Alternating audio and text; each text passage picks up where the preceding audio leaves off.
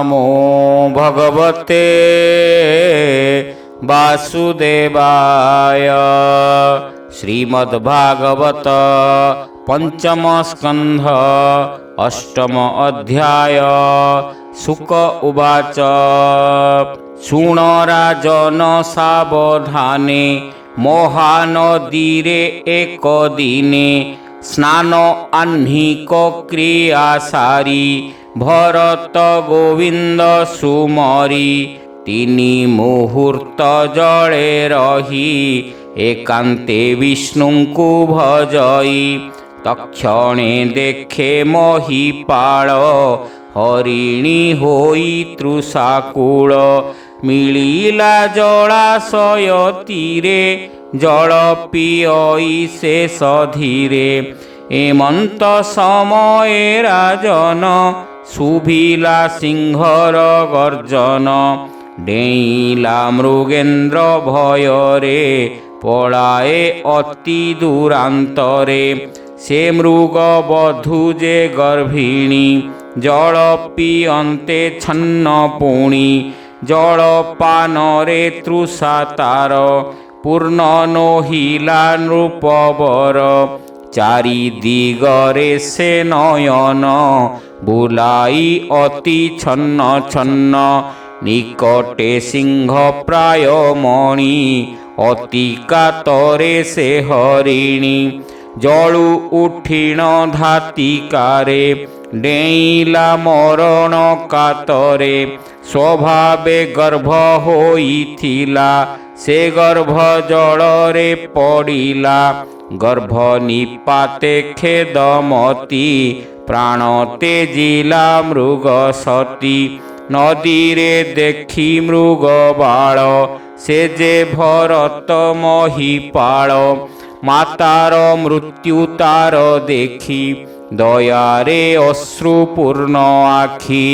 चित्ते आकुल नृपवर प्रवेश बालक पाशर मृगनंदन घेनी करे आश्रमे मिलिले सत्वरे। हरि हरि बोल। से मृगनंदन रतहि अत्यंत स्नेह भर होई नित्य कोमल तृणांकुर लोड़ी आणई नृपवर जहा से करे अभिलाष ता देई करे मन तोष ता सेवा निरते करई मायारे मति भ्रम होई नियम संध्या तप जेते विस्मर हेला नृपचिते केते हे दिन अनंतर प्रभुर सेवा कला दूर जगत पिता माता हरि तार चरण चित्ते धरी दारात नय आदि जेते सकल दूर करी चित्ते ए भावे थिला से राजन देख ताहार मूढ़पण सकल कर्म दूर कला मृग बालके मन देला विचारे माता पिता भाई एहार आन केही नाही आश्रय करिअछि मोते मुताकू तेजीबी के मन्ते ए साधु कर्मर कारण एमंत चिंतीण राजन आसन शयन गमने स्नान भोजन जल पाने मृग बालके मन तार निमिष मात्र नोहे दूर काष्ट पलास आनिबारे जेबे से जाई बनस्तरे मृग बालक घेनी संगे पथे चलई नाना रंगे बालक चली न पारई भरत मने विचारई अत्यंत स्नेह बस होई कंधे ताहाको से बहई हृदय आरोपी हरसे बाहुरे भिड़े स्नेह बसे स्नान भोजन बेले तार क्षणे हे न करे अंतर एथि उतारे किछि दिने ମୃଗ ଶାବକ ଗଲା ବନେ, ସେ ଅବସରେ ନୃପବର ନ ଦେଖି ମୃଗର କୁମର। ଅସ୍ଥିରେ ତାହାକୁ ଲୋଡ଼ଇ, ପୁଣି ସେ ଯେବେଟି ଦେଖଇ, ଚଞ୍ଚଳ ଚିତ୍ତ ସ୍ଥିର କରେ, ଆଶିଷ ବାଞ୍ଛଇ ତାହାରେ। ହେ ବତ୍ସ ମୋହର କଲ୍ୟାଣ, ଶୁଭ କରନ୍ତୁ ନାରାୟଣ। ଯେବେ ନିମିଷେ ନ ଦେଖଇ, ଶୋକ ସାଗରେ ସେ ବୁଡ଼ଇ। କୃପଣ ଦ୍ରବ୍ୟକୁ ଯେ ସନ, ଚୌର୍ଯ୍ୟ କରି ନେଲେ ଆନ। ତେମନ୍ତ ପ୍ରାୟେ ମହିପାଳ, କ୍ଷଣେ ନ ଦେଖି ମୃଗବାଳ। ବିହ୍ୱଳେ ହୃଦୟ କାତର, ଲୋଡ଼ଇ ମୃଗର କୁମର। ହରି ହରି ବୋଲ। ଭ୍ରମେ ବୋଲଇ ବାକ୍ୟମାନ, ମଲା କି ମୃଗର ନନ୍ଦନ। କି କର୍ମ କଲି ମୁଁ କି ରାତ, କେଣେ ମୋ ଗଲା ମୃଗ ସୂତ। ମୃଗ ବାଳକ ସୁକଲ୍ୟାଣେ, ଚରୁକି ଥିବ ଉପବନେ। ପ୍ରଭୁ କି ରଖିଥିବେ ତାରେ, ଦେଖିବି ନୟନ ଗୋଚରେ। କିଅ ବା ମୃଗ ବାଳେ ମୋର, ଭଖିଲେ ଶୃଗାଳ କୁକୁର। ରବିର ଅସ୍ତ କାଳ ହୋଇ, ମୋ ମୃଗ ସୂତ ନଦୀ ସଇ। ଶୋକେ ଆକୁଳ ମୋର ଦେହି, କେଣେ হে ମୃଗ ବାଳ ନାହିଁ। ସେ ମୃଗ ରାଜର କୁମର, ମନୋଜ୍ଞ ଗମନ ତାହାର। କ୍ଷଣକେ ଆଶ୍ରମ ଲୋକର, ଦୁଃଖ ଖଣ୍ଡଇ ନିରନ୍ତର। ମିଥ୍ୟାରେ ଚକ୍ଷୁ ବୁଜି ମୋହି, କ୍ଷଣ ମାତ୍ରକ ଯେବେ ରହି। ଚକିତ ପ୍ରାୟ ସେ ହୁଅଇ, ମୋହର ଅଗ୍ରତେ ଲୋଟଇ। ଋଷି କୁମରଙ୍କର ସଙ୍ଗେ, ଖେଳୁ ଯେ ଥାଇ ନାନା ରଙ୍ଗେ। କୋମଳ ତୃଣାଙ୍କୁର ମାନ, ବାଳକେ ଦିଅନ୍ତି ବହନ। ସେ ସର୍ବ ସୁଖ ଦୂର ହେଲା, ମୃଗ କୁମର କେଣେ ଗଲା। ସେ ମୋର କୃଷ୍ଣ ସାର ବାଳ, ମୃଦୁ ତାହାର ପାଦ ତଳ। କୋମଳ ଖୁର ପୁଟପନ୍ତି, ସେ ମୋର ଦ୍ରବିଣ ସମ୍ପତ୍ତି। ମୃଗ ଶାବକ ଖୋଜିବାର, ନୃପତି ହୋଇଲା ବାହାର। ପଥରେ ପଦ ଚିହ୍ନ ଦେଖି, କହଇ ନିରେଖି ନିରେଖି। ଧନ୍ୟ ପୃଥିବୀ ତୋର ପୁଣ୍ୟ, ଏ ଚିହ୍ନ କଲୁ ତୁ ଧାରଣ। ବିପ୍ରଙ୍କ ଯଜ୍ଞ ସ୍ଥାନ ପ୍ରାୟେ, ତୋ ଦେହ ଶୋଭାକୁ ସେ ପାଏ। ପୁଣି ଊର୍ଦ୍ଧ୍ୱକୁ ଦୃଷ୍ଟି ଦେଲା, ଯହୁଁ ସେ ଚନ୍ଦ୍ରକୁ ଦେଖିଲା। ତହିଁ ଦେଖିଣ ମୃଗ ଚିହ୍ନ, ଭାବିଲା ନିଜ ମନେ ମନ। ମୃଗ ଶାବକ ଦେଖି ଏକ, ଦୟାରେ କି ତାରା ନାୟକ। ସିଂହ ଭୟରୁ ରକ୍ଷା କଲେ, ଆପଣା ନିକଟେ ରଖିଲେ। ଅତ୍ୟନ୍ତ ସୁଖକୁ ସେ ଦେଇ, ତା ବିନୁ ମୋର କେହି ନାହିଁ। ଏ ଯେ ଆଶ୍ରମ ମୁନିଗଣ, କରନ୍ତି ନାନା ଶୁଭ କର୍ମ। ହରଷ ଚିତ୍ତେ ମୁନିଗଣ, କରନ୍ତି ତାହାରେ କଲ୍ୟାଣ। ମୃଗେନ୍ଦ୍ର ଭୟରୁ ତାହାର, ମାତା ଯେ ଛାଡ଼ିଲା ଶରୀର। ତେଣୁ ମୁଁ ଲଭିଲି ତାହାରେ, ଏବେ ସେ ଗଲା ବନ ଘୋରେ। ହେମନ୍ତେ ଶୁଣ ମହିପାଳ, କ୍ଷଣେ ନ ଦେଖି ମୃଗବାଳ। ବ୍ୟର୍ଥ କର୍ମରେ ସେବା ତାର, ସୁକର୍ମ ତେଜି ନୃପବର। ପୂର୍ବ ତପସ୍ୟା ହତ ତାର, ଶୁଭ କର୍ମକୁ କଲା ଦୂର। ଅଖିଳ ବ୍ରହ୍ମାଣ୍ଡ କାରଣ, ଅନାଦିନାଥ ନାରାୟଣ।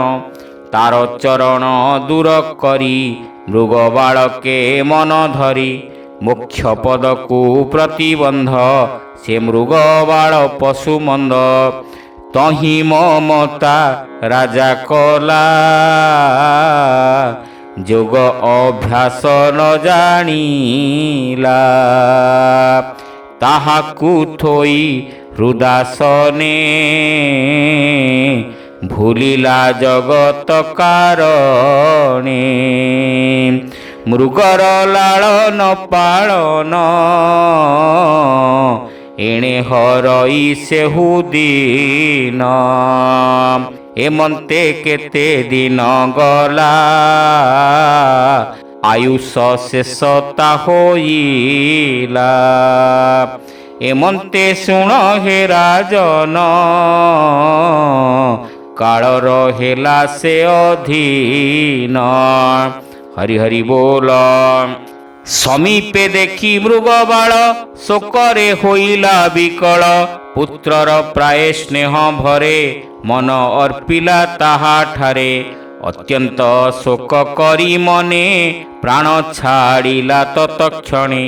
ମୃଗର ତହିଁ ମନ ଥିଲା ତେଣୁ ସେ ମୃଗ ଜନ୍ମ ନେଲା। ମୃଗ ଜନ୍ମଟି ସେ କାରଣୁ ଶୁଣ ହେ ଅଭିମନ୍ୟୁ ତନୁ। ପୂର୍ବ ଜନ୍ମର କଥା ତାର ସ୍ମରଣ କଲା ନୃପବର। ମୃଗଙ୍କ ସଙ୍ଗେ ବନେ ଥାଇ ଅରଣ୍ୟେ ବୁଲଇ ସେ ମହି। ବୁଲନ୍ତେ ଏକ ଦିନକର ବୃକ୍ଷର ମୂଳେ ମୁନିବର। ବ୍ରହ୍ମ ସାଧନେ ଚିତ୍ତ ଦେଇ ମନକୁ ବ୍ରହ୍ମ ରନ୍ଧ୍ରେ ଥୋଇ। ତା ଦେଖି ରାଜା ବିଚାରଇ ମୁଁ ଯେ ହୋଇଣ ଥିଲି ଏହି। ହରି ହରି ବୋଲ। ମନରେ ଜାଣି ସେ ରାଜନ ବିକଳେ ହୋଇ ଛନ୍ନ ଛନ୍ନ। ମୃଗ ଜନ୍ମର ଯେ କାରଣ ମନେ ଜାଣିଲା ସେ ରାଜନ। ପ୍ରଭୁର ସେବା ଭ୍ରଷ୍ଟ ହୋଇ ମନେ ବହୁତ ତାପ ପାଇ। ଅତ୍ୟନ୍ତ ଶୋକ କରି ମନେ ବୋଲଇ ଲୋତକ ନୟନେ। ଭ୍ରଷ୍ଟ ହୋଇଲି ମୁଁ ପାମର ପ୍ରଭୁର ସେବା କଲି ଦୂର। ସମସ୍ତ ତପକୁ ହୁଡ଼ିଣ ବିବିଧ ଯଜ୍ଞ ଶୁଭ କର୍ମ। ନାନା ଶ୍ରବଣ ଉଚ୍ଚାରଣ ନିରତେ କରି ଆରାଧନ। ସକଳ ଆତ୍ମା ଭଗବାନ ମନ ଅର୍ପିଲି ଦିନୁ ଦିନ। ଯେଣୁ ସେ ସକଳ ଛାଡ଼ିଲି ମୃଗବାଳ କେ ମନ ଦେଲି। ତେଣୁ ଏ ଜୀବନ ମୋହର ପାଇଲା ମୃଗର ଶରୀର। ଏମନ୍ତ ମନରେ ବିଚାରି ଚଞ୍ଚଳ ଚିତ୍ତ ସ୍ଥିର କରି। ଆପଣା ମାତା ଯେ ହରିଣୀ ତାହାକୁ ତେଜି ନୃପମଣି। ପ୍ରଭୁର ଅତି ପ୍ରିୟ ସ୍ଥାନ ଯେ ତୀର୍ଥଶାଳ ଗ୍ରାମ ନାମ। ପରମ ସାଧୁ ଭକ୍ତ ଜନେ ଅଛନ୍ତି ଯହିଁ ମୁନିମାନେ। ତହିଁକି ଶୀଘ୍ର ଚଳି ଯାଇ ରହିଲା ମୃତ୍ୟୁ ବାଟ ଚାହିଁ। କୁସଙ୍ଗ ସଙ୍ଗକୁ ସେ ଡରି ମନେ ଚିନ୍ତଇ ନରହରି। ନିରସ ଦଳ ସେ ଭକ୍ଷଇ ମୃଗ ଶରୀର ଯିବା ପାଇଁ। ମନରେ କରଇ ବିଚାର କେମନ୍ତେ ଯିବ ଏ ଶରୀର। ଏମନ୍ତେ ଶୁଣ ହେ ରାଜନ केते हैं गला तही दिन से तीर्थ जल रे ताहार तेजिला मृग कले बर जे प्रभु ब्रह्मांड कारण ब्रह्मा चिंतई जा चरण से चक्रधर नारायण पद पंकज सुमरीण कहई दास जगन्नाथ साधु कहिते भागवत पंचम स्कंधे कृष्ण वाणी शुणी संसारुतर प्राणी भावे पंचम स्कंधे कृष्ण वाणी शुणी संसारुतर प्राणी हरि हरि बोल। इति श्रीमद्भागवते महापुराणे पारमहंस्यां संहितायां पंचमस्कंधे भरतचरिते नाम अष्टमो अध्यायः।